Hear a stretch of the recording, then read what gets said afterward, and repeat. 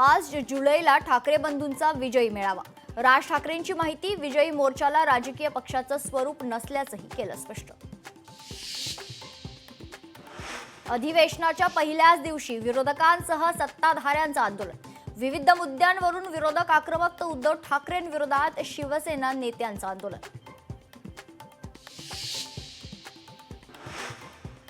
हेही पावसाळी अधिवेशनही विरोधी पक्ष नेत्यांविनाच होण्याची दाट चिन्ह। विरोधी पक्ष नेता निवडीचा प्रस्ताव अद्यापही विधानसभा अध्यक्षांच्या विचाराधीन। पावसाळी अधिवेशनाच्या ओळखपत्रावरून अशोक स्तंभ गायब। यापूर्वीच्या अधिवेशनाच्या पासेसवर असायचा अशोक स्तंभ, विरोधक सरकारला जाब विचारण्याची शक्यता। 20 फुटावरील मूर्तींच्या विसर्जनाबाबत आज हायकोर्टात सुनावणी। निर्णयाकडे सगळ्यांच्या नजरा।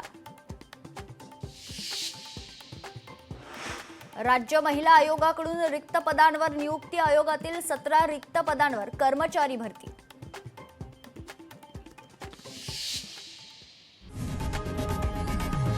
लोकशाही मराठी ऐका, पहा, जागरूक रहा।